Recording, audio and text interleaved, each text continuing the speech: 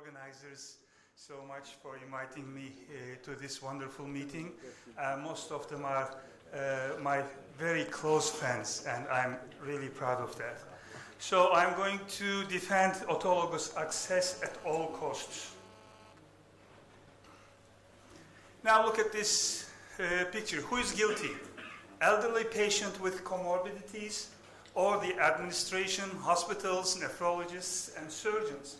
This is an 86-year-old diabetic patient with atherosclerotic calcified radial artery, and we still could be able to perform a distal radial cephalic AV fistula, and it's working.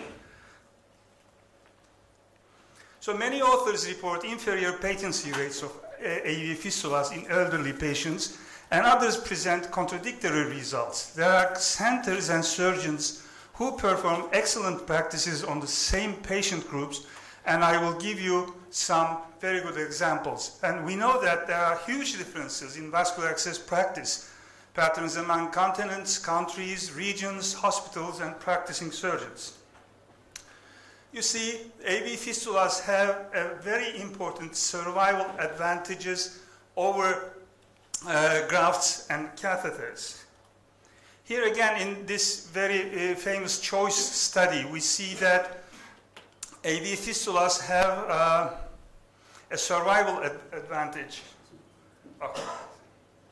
Survival advantage over grafts and CVCs. And the relative hazards of death compared with AV fistula were 1.5 for catheters and 1.2 for AV grafts. And these results strongly support existing clinical practice guidelines. Again, this is a very important systematic review and a recent one. And catheters had higher risks for all-cause mortality and fatal infections. Grafts also had increased all-cause mortality and fatal infections. So patients with usable fistulas had the lowest risks. And this is an important study as well, a very recent, in 2015 publication. All patients above 18 years old in the United States renal data system between the years 2006 and 2010 were analyzed, and the study included more than 500,000 patients, and the mortality benefit of AV fistulas was consistently superior to that of grafts and catheters for patients of all ages. So they concluded that AVF is superior to grafts and catheters regardless of the patient's age, including in octogenarians. So let's see the differences in practice patterns among continents, countries, regions, hospitals, and practicing surgeons. You see in this graph that in Japan, IVF use is well above 90%. And in Italy and Germany, these figures are above 80%. And in my country, in Turkey as well, it is well above 80%. But you see that in Canada and United States, AV fistula use is around 50%, and most of the papers come from these latter countries. So we must be aware of that. And the median time from referral to vascular access surgery in countries like UK and Canada, it takes from referral to creation of vascular access takes more than 1.5 months. And in Italy, Japan, and Germany, in less than a week, your fistula is ready. So this is quite important. So let's come to the hospitals and surgeon practices. In this Dobbs study, it was found that risk of primary fistula failure was 34% lower when placed by surgeons who created more than 25 fistulae during training. So surgical training is key to both fistula placement and survival.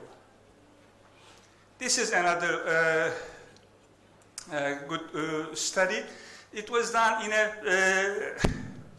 in a little area and between two surgeons, and the patient characteristics are all the same, and fistula placement occurred in 98% versus 71% for surgeon 1 and 2 respectively. So characteristics predictive of fistula placement over an AV graft were surgeon selection. This is important.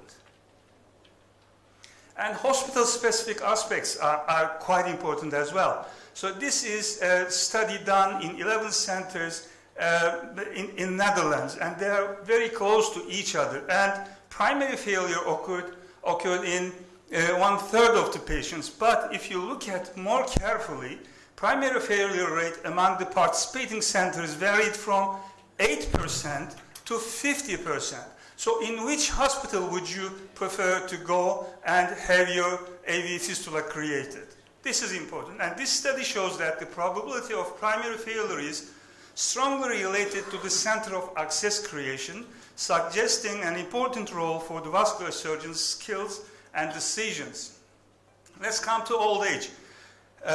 This study is done in England on patients about 70 years of age, and they conclude that AVF is the preferred form of vascular access in elderly patients. And is there any difference between radiocephalic or brachiocephalic fistulas? No, age did not influence the site of the first surgical access, and they conclude that age did not affect usability, primary or secondary patency of either radiocephalic or brachiocephalic access. And even patients above 80 years who are considered suitable for surgical placement of access should not be denied radiocephalic access solely because of age. And this paper is also a new one, and it is important. And they included patients above 65 years old and stratified into 3 10-year increments. And they compared with the non-elderly patients. And they concluded that no difference in functional access outcomes for older patients with subgroup age stratification. And AVF patency rates were not statistically different in the elderly and non-elderly populations, and cumulative AVF patency for patients above 65 years of age was around 97% at 12 months and 95% at 24 months. So you can reach these figures. And again, in 2013 paper, Borzomati and friends worked on patients above 75 years of age, and they summarized that choosing vascular access sites to be created in elderly patients is no different than for younger patients, and AVF remains the gold standard. It is possible to achieve 90 to 80% AV fistulas even among elderly patients, but early referral is a must. Early careful physical examination, preservation of arm veins, routine Doppler vessel mapping, early referral to the right institution and surgeons, and monitoring and maintenance of AV fistula patency after construction. So the most important question is, what if the elderly end-stage renal disease patient is a first-degree relative of yours? What would you prefer to do? If I find an institution in my country which can manage all these factors, hurdles, I would take my elderly patient to that place. If not, I would take him or her to Jerusalem. This is not because Jerusalem is the holiest city in the world, but one of the holiest vascular access surgeons in the world lives there, David Shemesh. He's a very close friend of mine.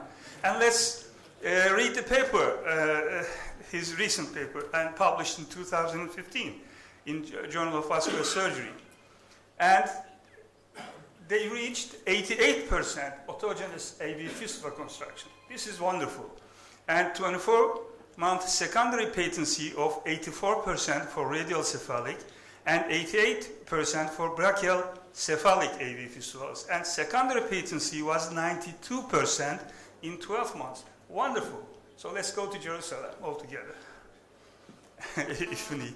So elderly patients in this study were found to have vasculature that was suitable for autogenous access construction with patency rates similar to those of their younger counterparts. Age alone should not disqualify patients older than 80 years from access surgery for hemodialysis, nor should age disqualify these patients from the Fistula First initiative. In conclusion, ladies and gentlemen, autologous access at all costs. And thank you for your attention and for your votes.